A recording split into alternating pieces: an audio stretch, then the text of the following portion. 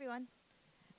So I'm Johanna Tseng. I'm from Plume. It's a RWA layer 1 protocol. So I know you guys just talked about Ethereum, Solana. I have a bit of a bone to pick with you, Nathan. You did not mention Plume, your favorite new L1 protocol. So that's what I'm here to talk to you guys about today. And really specifically, how RWAFi and DomainFi is going to onboard the next 100 million crypto users.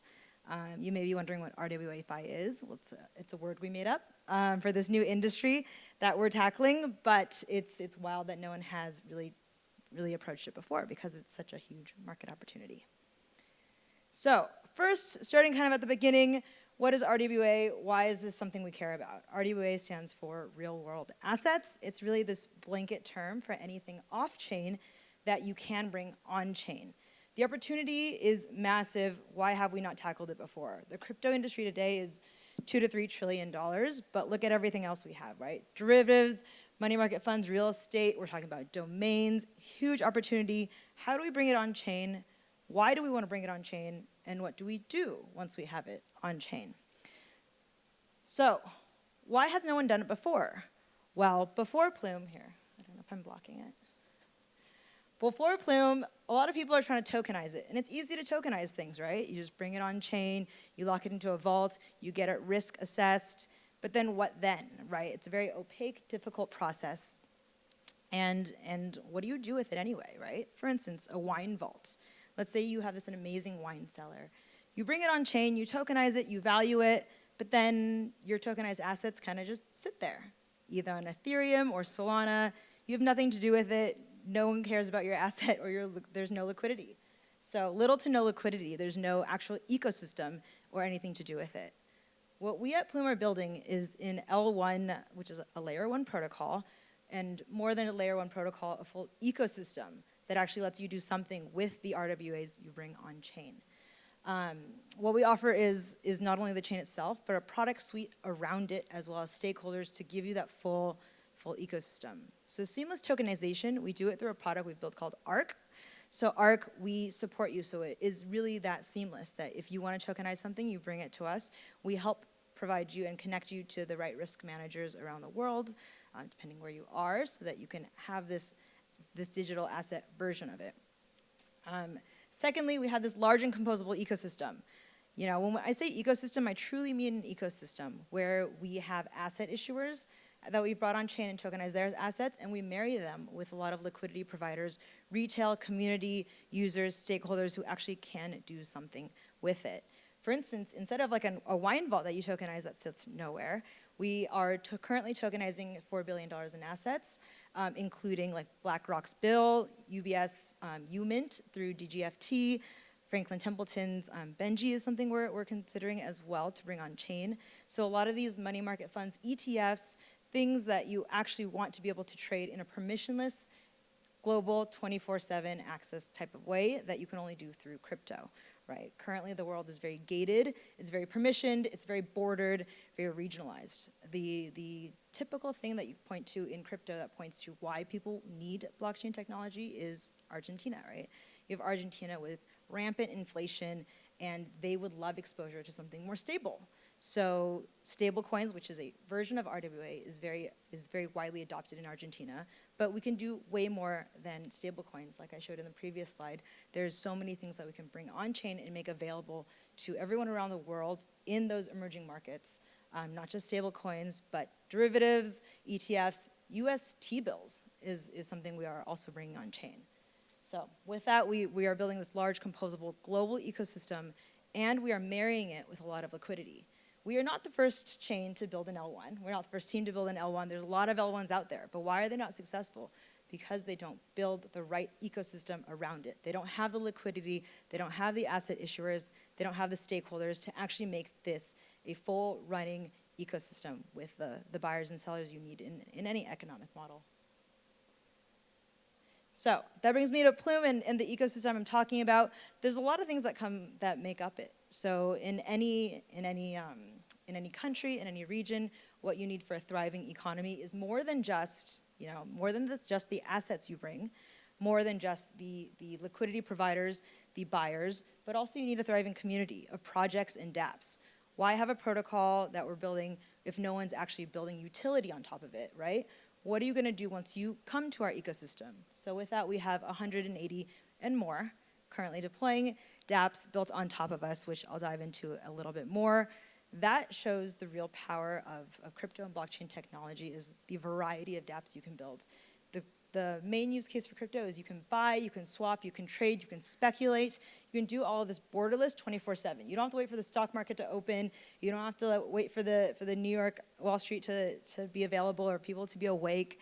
You don't have to wait for all those middlemen. You can do it yourself anywhere in the world through your own computer.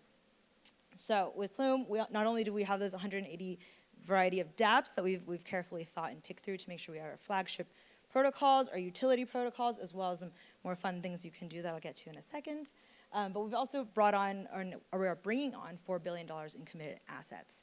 So more on that. I know domains is a big topic here, of course. That is one of those assets we can bring on chain, especially if they're yield bearing, to enable permission globalist exposure to those, including the fractionalization that I know Nathan was just talking about.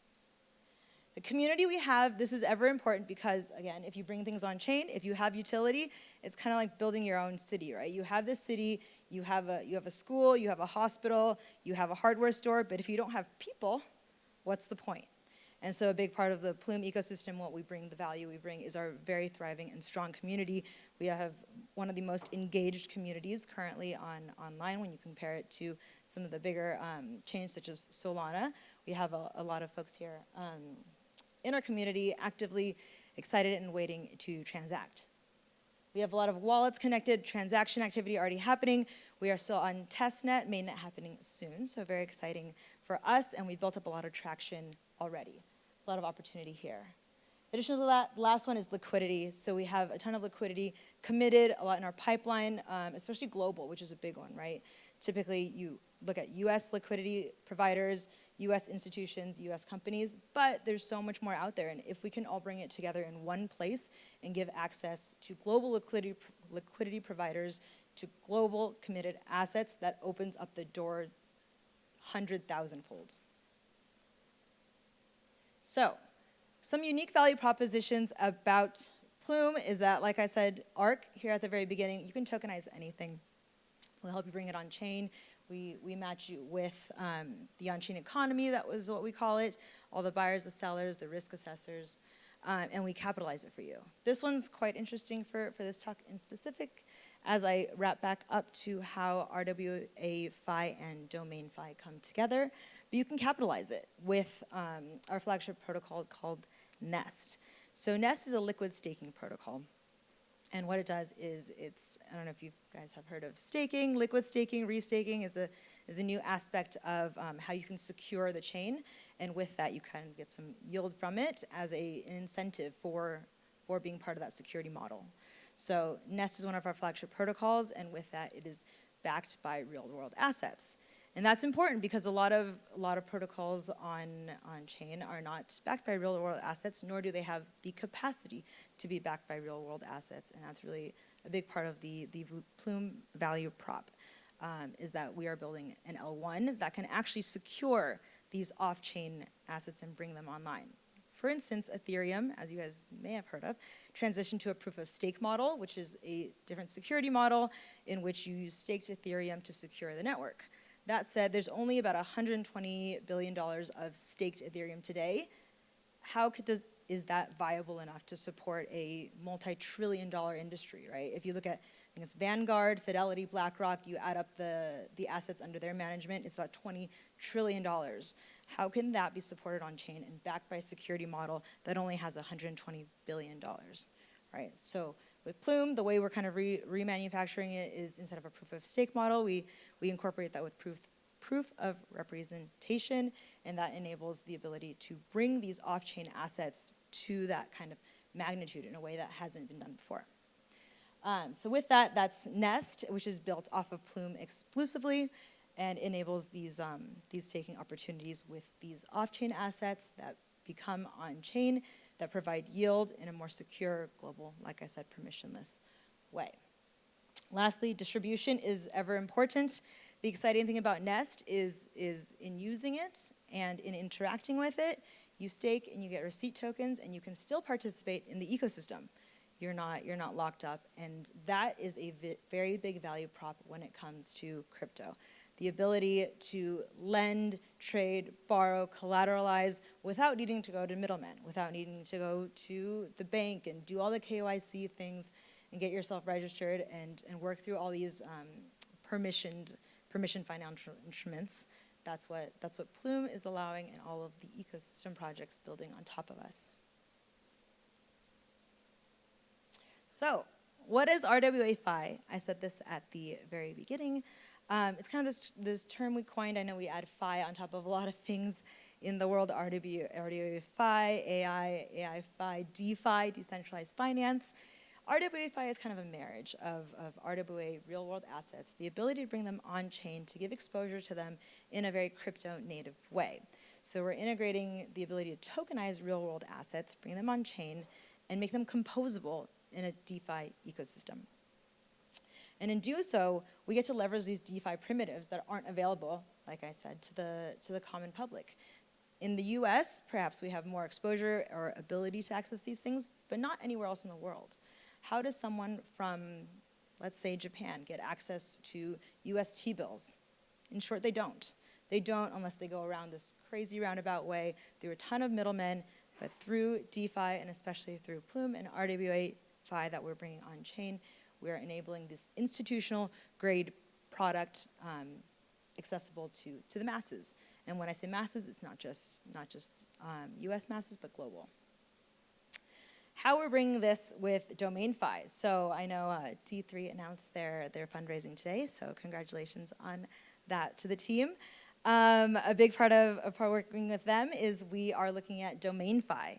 So DomainFi is a new vault category that we will launch together on Nest, the protocol I was just talking about, to enable tokenized domains to generate institutional-grade yields and enable access to everyone. How do we do it?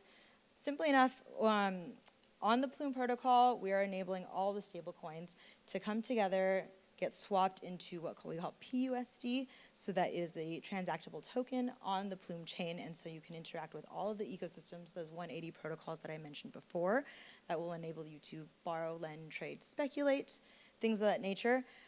You can take that, swap it into PUSD, which is the stablecoin consolidated token. You bring it into Nest, and then you can then deposit it into a Nest vault. This new category of DomainFi on Nest Vault, where you deposit your PUSD. In exchange, you get partial ownership through the fractionalization of domains that are underlying. Through the smart contracts, it'll automatically allocate the PUSD into the vault, and in return, you get a receipt token. For instance, it'd be called Nest Domain, so N domain. You get this receipt token, and you can take this receipt token and still participate in the Plume economy, right? So you don't have to just like lock it up in a savings account and just wait for your staked assets to grow. You can take that receipt token, participate in all those other protocols, and then bring that back when you're ready, which will help you get access to domains while being able to still participate in all of the protocols on the Plume ecosystem. So I'll pause there. I know I talk fast, and I've been in crypto for a while, so I know I throw out a lot of words out there. I will pause and see if there's any questions. Happy to go back as well. Yeah.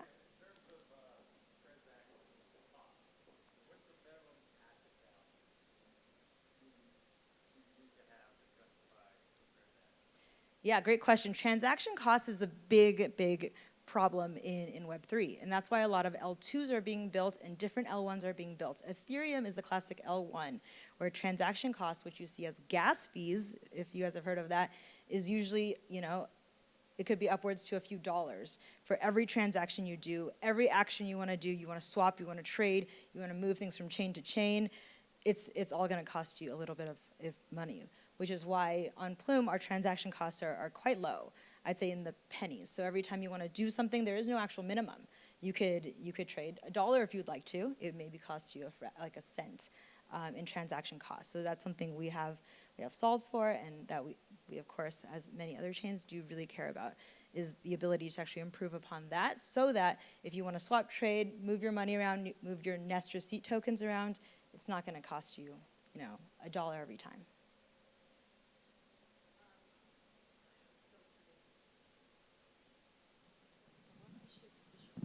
Oh, there we go. I'm still pretty new to this, even though I've been looking at it for over a year and I'm a lawyer. So I was just wondering, smart contracts. Are there smart contracts integrated into this protocol, or is it the actual, I'll say, RWAFi that creates a smart contract that's integrated into DomainFi? It's a great question. Yes. Okay. So Nest, for example, is one of the protocols that's building on top of the Plume chain, and Nest has its own smart contracts. So for instance, if you were to deposit or rather trade your PUSD or your USDC for PUSD to engage onto Nest, then when you put it into Nest, that goes onto a smart contract that automatically allocates it. So it's kind of the best way to think about it is more like the computer algorithm, for instance. You kind of like type into Excel and it spits out a formula. The black box, I like to call it, is more like the smart contract that helps do all the calculations for you and automatically settles it. Anything else? Yeah? So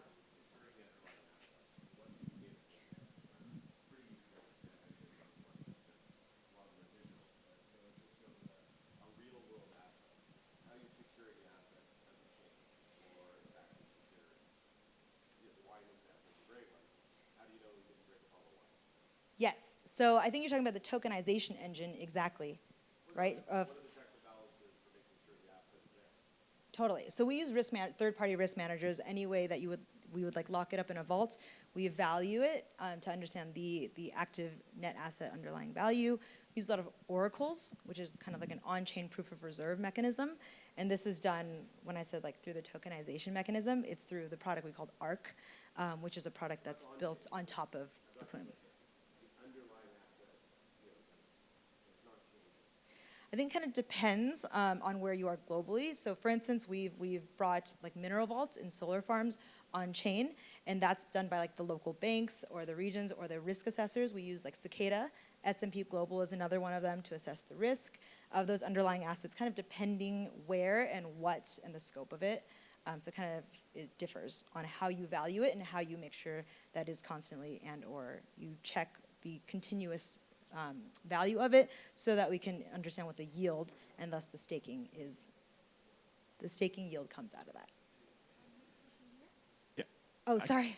I mean, I kind of had the same question, which I still am not fully sure about how the asset's secured. I mean, you can use all these different risk managers, but you know, for physical items, the only way to secure them is to have them in a vault that you have possession of. And so using domain names as an example, would that domain name be deposited, you know, in a registrar account that you guys control to secure that domain name before it can be collateralized? It's a good question. So yes, it would be locked up by some sort of private institution. We, Plume, would not control it. Plume, as a protocol, is an open source, decentralized like ecosystem. It's more like a programming language. So we don't necessarily own anything. It's more of the ability for you to tokenize anything on our chain using your own private institution and mechanisms. But then how could someone have any sort of confidence that the domain name that they're investing in that's been fractionalized is actually under the control of the person that had it tokenized in the first place? That's the part that I'm still confused about. Or, you know, when you have the wine in the vault or the other physical items, you can do an initial risk assessment or maybe even frequent ones, but at some point, if you're not involved in securing them. Comes in, and so because she's not, talk to the Doma people about that, and we'll explain that separately. Were you here earlier when we talked about Doma? That's why you missed that part. So, Okay. well, yeah, we had that piece figured out, but it's separate. Okay. Should we do one more? Yeah.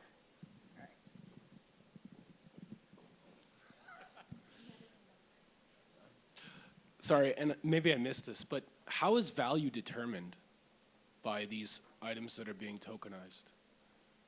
I'm sorry, so how is the value of these items that are being, I guess, tokenized and put onto the ecosystem, how is value determined regarding them?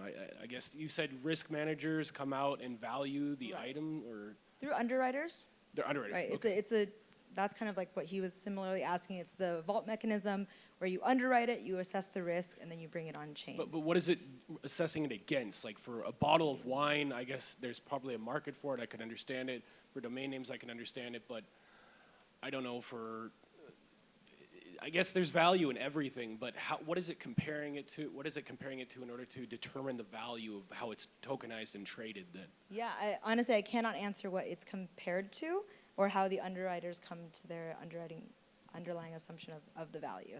Okay. But I'll leave that to the underwriters to determine. All right, so I'm less cynical than some of these other questions.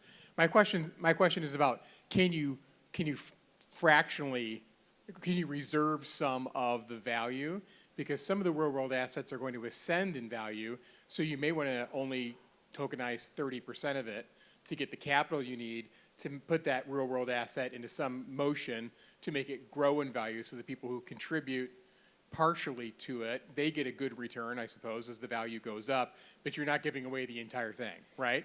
And so that's something that can be done? Yes, it's a very good question. So that is something that we're actually considering on the DomainFi side is tranches, I think is more of what you're referring to, right? The ability to tranche out the different aspects of the asset and what you want to bring on chain or what you want to put into the vault.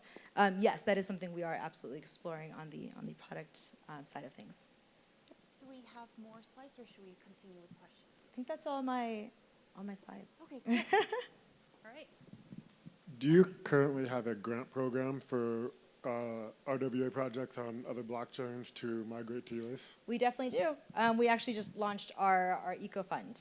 So it's a $25 million eco fund, I believe, with a lot of investors that have committed capital to helping projects build on our chain.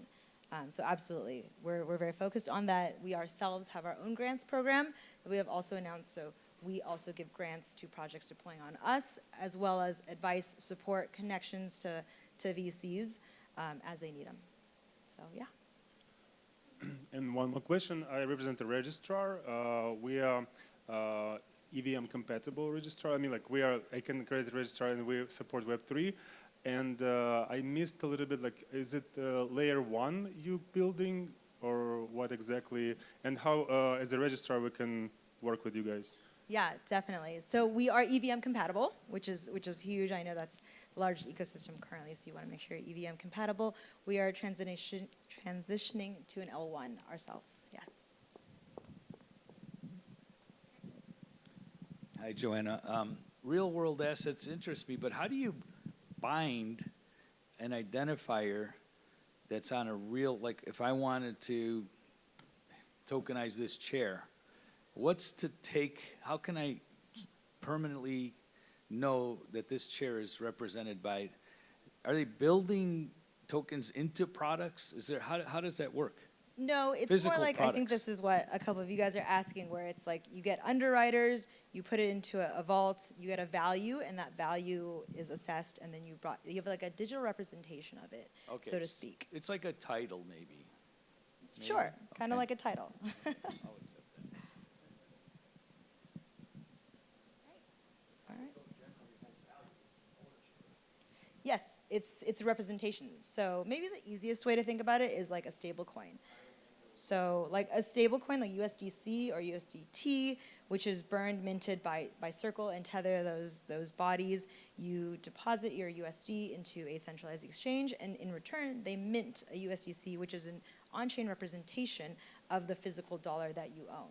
So maybe that's the easiest way to think about how we're tokenizing things, putting them into vaults, so to speak, and pegging the value that you bring on chain. So perhaps the stablecoin example is one I should have pointed to. Cool. Happy to yield more questions later, but thank you guys so much.